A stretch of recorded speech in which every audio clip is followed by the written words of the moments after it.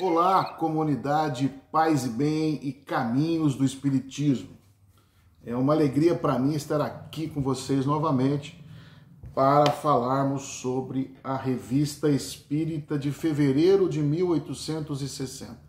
Continuarmos os nossos comentários sobre uma matéria que saiu na revista, que nós estamos comentando desde o último programa, que Kardec vai dar o título para essa matéria publicada na revista, História de um Condenado, que era a história de um espírito que estava obsediando ali uma casa na região de Castelnaudari, né, e ele teria ali sido responsável por matar ou pela morte de uma pessoa, o chamado Senhor D, para não dizer o nome, né? Kardec põe apenas Senhor D.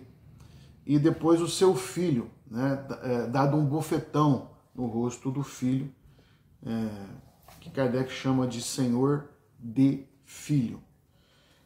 Então, no último programa, nós vimos que São Luís tinha proposto, na reunião mediúnica, que se fizesse orações durante um mês para aquele espírito muito mal, perverso, né, que estaria naquela casa, que fora evocado na reunião.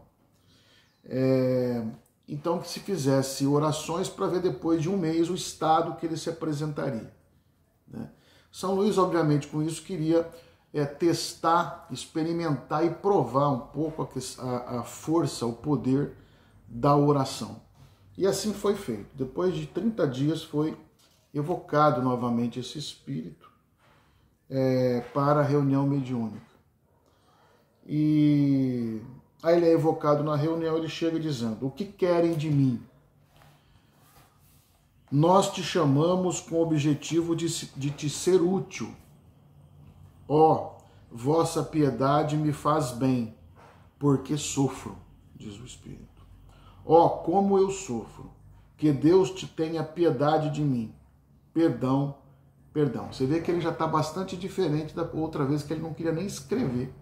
Ele se negava a escrever as respostas às pessoas que lhe perguntavam ali na reunião. E ele estava muito bravo, né? Aí é perguntado: nossas preces te serão salutares? Sim, orai, orai, diz o Espírito. Pois bem, nós oraremos por ti. Obrigado, tu pelo menos não maldizes. Pergunta: por que não quiseste escrever na sociedade quando foste chamado? Ó, maldição, responde o Espírito. Maldição sobre quem? Pergunta. Resposta: sobre mim, que expio bem cruelmente crimes onde minha vontade não teve senão uma fraca parte. Aí Kardec põe uma nota, dizendo que sua vontade não é senão uma fraca parte em seus crimes, ele quer atenuá-los, como se verá mais para frente. Então, o espírito ali nega, falando que ele não teve muita vontade em praticar os crimes que ele teria cometido. Aí ele é perguntado: não te desesperes. Resposta: eternidade de sofrimentos, tal é o meu quinhão. Qual é o seu sofrimento? Resposta: o que há de mais horrível, tu não o podes compreender. Orou-se por ti desde ontem à noite, é dito ao espírito. Aí ele diz: sim, mas eu sofro ainda mais. Como ocorre isto? É perguntado. Aí ele diz: eu o sei. Aí tem uma nota. Essa circunstância foi explicada mais tarde. Então, mais para frente, essa questão será explicada mais para frente, de como ocorre dele sofrer mais. Deve-se fazer alguma coisa em relação à casa onde estás instalado? Não, não me fales mais dela.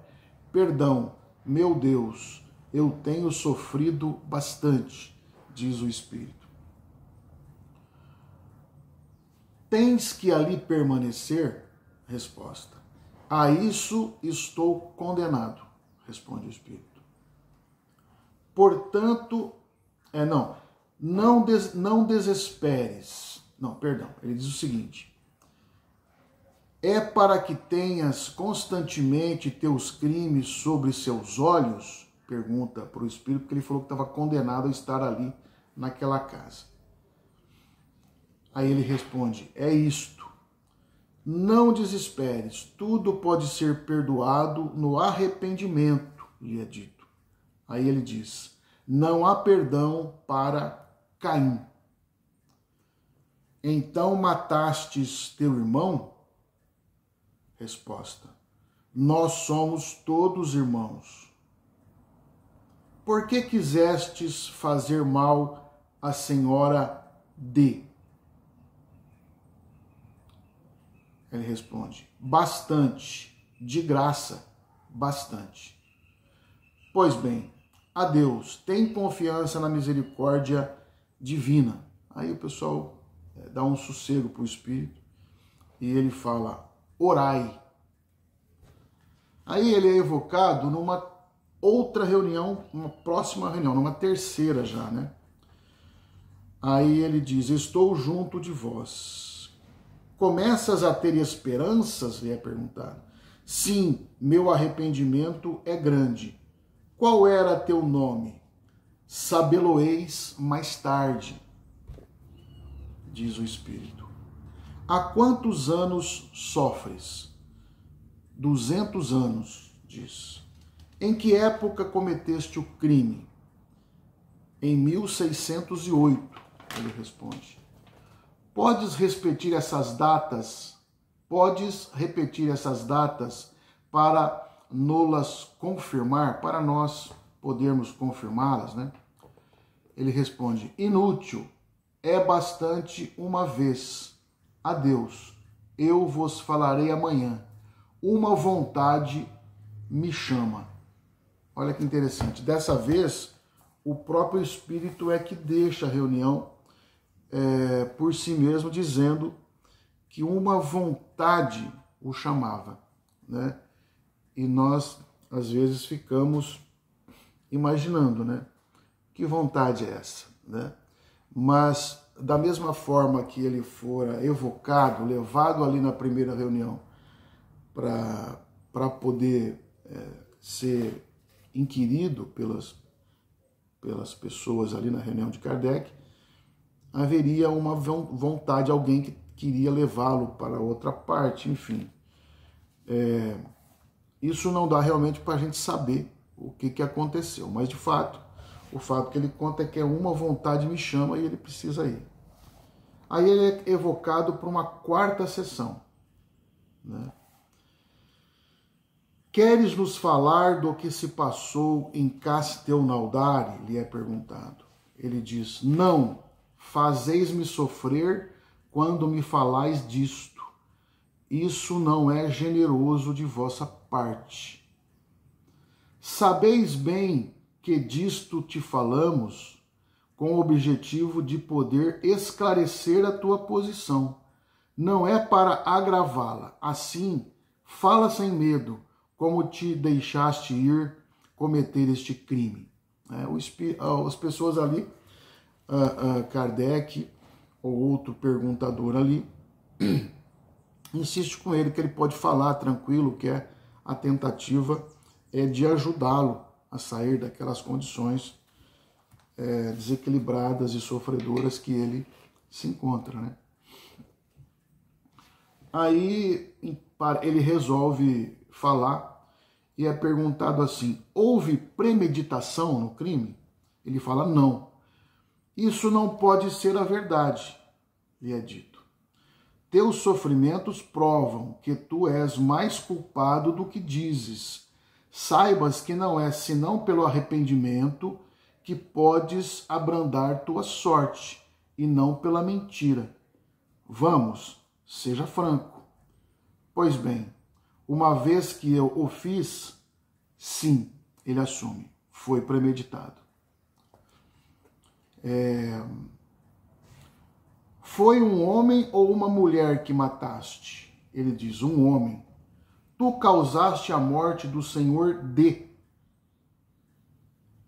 Ele responde, eu lhe apareci visivelmente e sou tão pavoroso de se ver que minha única visão o matou. Fizeste-o de propósito? Ele fala, sim. Por que isto? Resposta, ele quis me desafiar.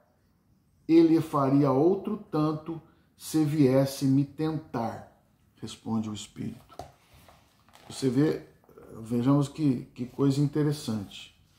Ele diz que é tão horrendo que a pessoa tomou um susto, imagina, né, com essa visão toda que nós temos, que as pessoas têm, né, de casa mal assombrada, de monstros, de demônio, enfim, de fantasmas.